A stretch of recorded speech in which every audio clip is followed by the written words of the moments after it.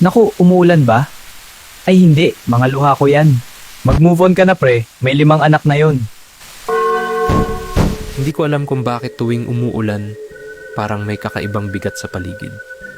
Hindi lang basta lamig o dilim, kundi parang may presensya na hindi mo nakikita, pero ramdam mo.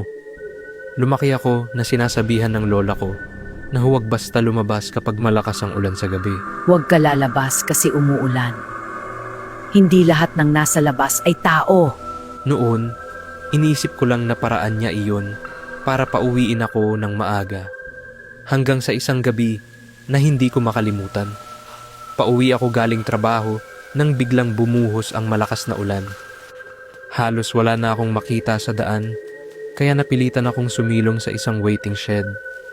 Walang tao. Tahimik. Tanging ulan lang ang maririnig. Habang nakaupo ako, napansin ko na parang may ibang tunog sa itaas. Hindi siya katulad ng karaniwang patak ng ulan. Mas mabigat. Parang may dumadapo at gumagalaw sa bubong.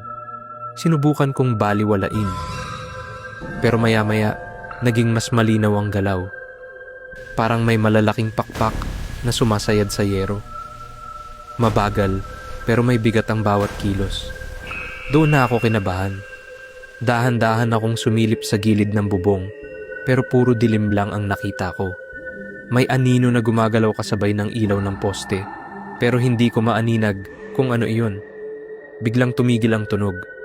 Tahimik. Parang pati ulan ay saglit na humina.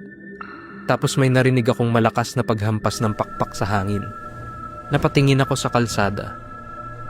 May aninong dumaan. Mabilis. Malaki. Hindi normal para sa isang ibon.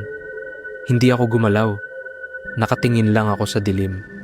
Pagkatapos ng ilang segundo, narinig ko ulit ang galaw. Pero hindi na sa bubong. Nasa likod ko na.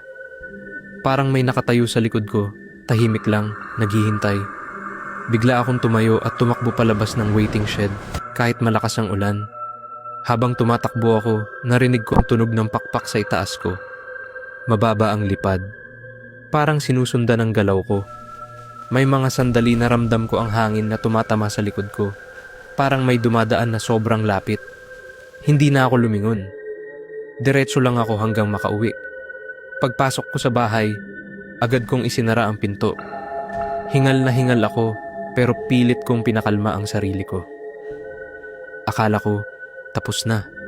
Pero ilang sandali lang, may narinig akong marahang galaw sa bubong namin. Dahan-dahan, parang may naglalakad.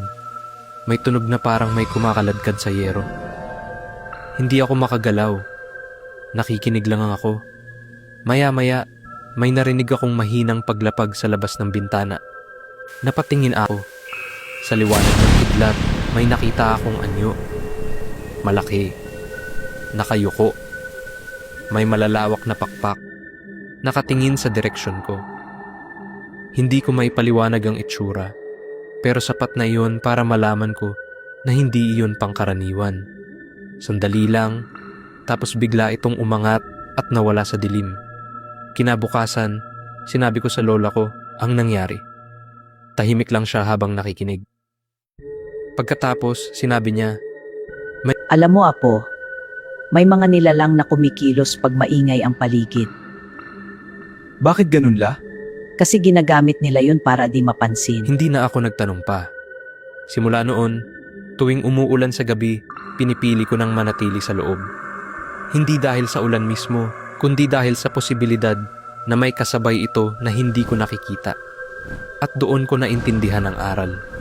Minsan, hindi natin kailangang makita ang isang bagay para maniwala na may mali.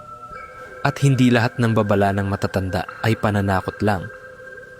Minsan, iyon na ang paraan nila para ilayo tayo sa mga sitwasyon na hindi natin kayang ipaliwanag. Kaya hanggang na ngayon, kapag may kakaibang tunog sa gitna ng ulan, mas pinipili ko ng manahimik at makinig. Dahil may mga bagay na mas ligtas na hindi na lang gambalain.